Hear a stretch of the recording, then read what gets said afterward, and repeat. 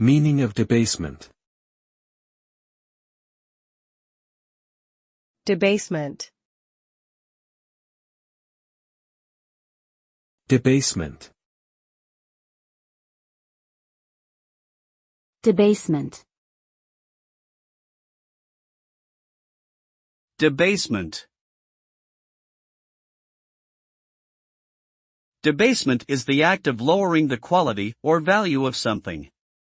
This can be done intentionally, as in the case of currency debasement, where a government reduces the amount of precious metal in a coin to increase the number of coins in circulation, leading to inflation and a decrease in the purchasing power of the currency. Debasement can also occur unintentionally, such as when a product is made with lower quality materials. The result of debasement is a reduction in the perceived or actual value of the affected item.